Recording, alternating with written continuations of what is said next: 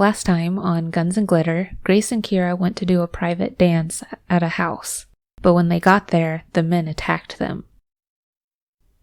Welcome to CC Writes. My name is CC Lepki, and today I am sharing part 13 of my story, Guns and Glitter.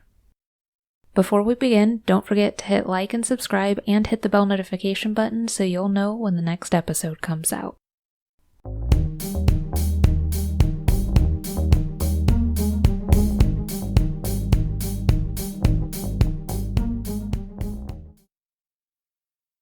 In the small room, the shock of the gun blast was deafening. Grace's wrists hurt from the gun's sudden jump in her hands. She nearly dropped it. The men shouted, scrambling back away from her. When she opened her eyes, the bandana man was on the ground, with his mutilated head on Keera's unconscious body. One of the men reached for something behind the arm of the couch. Grace shot him next. The bullet went through his shoulder and left him screaming on the ground. Shivering, she stood up and took aim at the doorman, who desperately tried to unlock the door through which he'd admitted Grace and Keera. She shot him in the back, and he fell to the ground without a sound. The fat man hid behind a chair, but the other man from the couch stood perfectly still in the middle of the room, his eyes wide and clinging to Bandana Man's slack face. Her bullet went through his head. The fat man cried and tried to crawl away as she walked toward him. She shot him twice in the chest. Bloody and emotionally vacant, Grace sat down on the recliner and cried into her hands. The pistol dangled from her fingers as she sobbed. The screams of the injured doorman cut into her self-pity. Please! His eyes were round as saucers, and he crawled on one good arm to the same corner where he'd trapped Grace. We were just doing our job. The boss wanted girls. You don't cross Frankie. He would kill us. Please just let me go, he cried. It was an ugly look on him, with swollen eyes and snot dripping down into his mouth. Grace crossed the room and crouched next to him. She looked him square in the eye, her brows furrowed angrily. Well, she said slowly, it looks like you're going to die anyway. She pressed the gun against his head and pulled the trigger. He shouted. The smell of urine washed over her as the man pissed himself. But the gun didn't fire. It clicked. The doorman fell to the ground and cried. Grace looked the gun over. A bullet hung halfway out of the chamber. She tried to force the stock back, but it wouldn't budge. Finally, she stood up and investigated behind the arm of the couch, where one of the men tried uselessly to get something. Leaned against the wall was a double-barrel shotgun. Grace looked it over carefully, then picked it up. It was easier to find the safety this time. She leveled the gun at the man on the ground, who tearfully begged for his life, and pulled the trigger. The explosion from the shotgun made the one from her pistol seem like a firecracker. The weight of the blast drove the gun into her shoulder and made her fall back onto her rump. The doorman was little more than a lumpy pile of meat on the ground. Grace rolled over onto her hands and knees and dry heaved. Somewhere nearby, she heard a frightened sob. Grace looked around the room, but Keera was still knocked out, and the men were all fairly well dead. The boss wanted girls. Grace looked up at the door where the sewer smell emanated from. Her stomach turned over again. Oh, God. She crawled over to the door and warily tapped on it. Then she knocked harder. Hello? Is someone in there? There was no response. She knocked again. My name is Grace. Is someone there? Are you all right? A low, terrified whimper came from behind the door. Grace cursed and frantically started searching the men on the ground for a key to the padlock. Keera stirred and groaned. She rolled over onto her side and threw up. Shit! Shit! Shit! Grace leaped through Bandana Man's pockets. Grace? Keera sat up.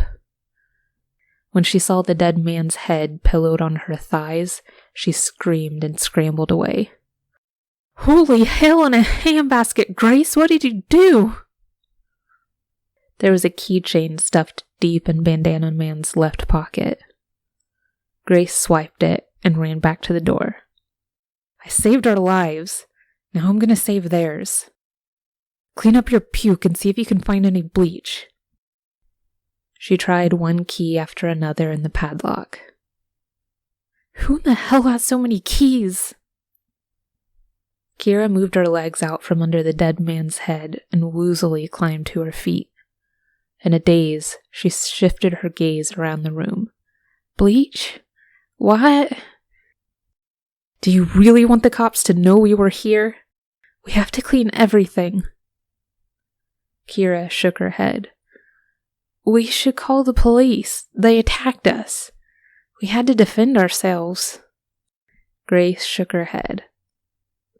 The law doesn't work for people like us, Keera. It never has and it never will.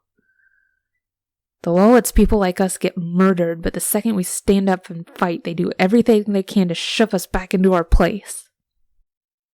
A key finally fit into the lock. Grace turned it and sighed gratefully.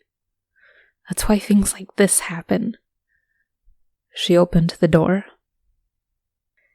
3 women in their older 20s, huddled in a corner, covered in their own filth. Keera let out a gasp. Her hand lifted to her face, eyes wide in shock. Find some bleach, and maybe some gasoline. Keera nodded. Grace slowly stepped into the room with the other women. Hey. She crouched awkwardly in front of them and stretched out a hand. I'm here to help you. How long have you been here? The woman who answered was tall and way too skinny. Every bone in her chest was visible, and there were deep circles under her eyes. I've been here the longest. I don't know how long. Maybe a few weeks. Are you the police? The tiny woman in the back had a whispery voice that shook. The skin around her cheekbone was bruised and one eye was swollen shut from a fresh beating. No, that's why we need to get out of here quick. Can you stand? The woman nodded. I have some clothes in the duffel bag outside of this room. You guys can change into them. We'll clean up the room and get out of here. Grace stood and helped the first woman to her feet. She pulled the whispery woman up with her, and the rest followed. As they stepped out of the dark room, the tall woman held her hand over her friend's eyes. Keep them closed, sweetie. She glanced at Grace desperately, then down at the dead bodies. Grace nodded and motioned for the other woman to help her. As the tall woman and the whispery woman sat on the couch, the rest carefully moved the men's bodies into the back room. It took all of them to drag the fat man's body in. Once it was done, Grace shut the door again. She crouched by her bag and pulled out fresh clothes for each of the women. Keera appeared from a side door that led to a staircase connected to the house upstairs. She held up a bottle of bleach. Found this in the bathroom upstairs. She glanced around at the filthy women. There's soap and running water, too. The whispery woman let out a gasp that was half laugh and half sob. She shoved a hand over her mouth while the smallest of the three women rubbed her back. The tall woman stood. Come on, let's go together. Thanks for tuning in to this episode of Guns and Glitter. I hope you like the story so far. If this is your first time watching and you like what you heard, then make sure to go back and check out the story from the beginning. I'll post the link in the description. This is a continuing story, and I plan to share the entire thing with you on a weekly basis until the end. Don't forget to like, subscribe, and hit the bell notification button so you'll know when the next episode comes out. Till next time, see you later.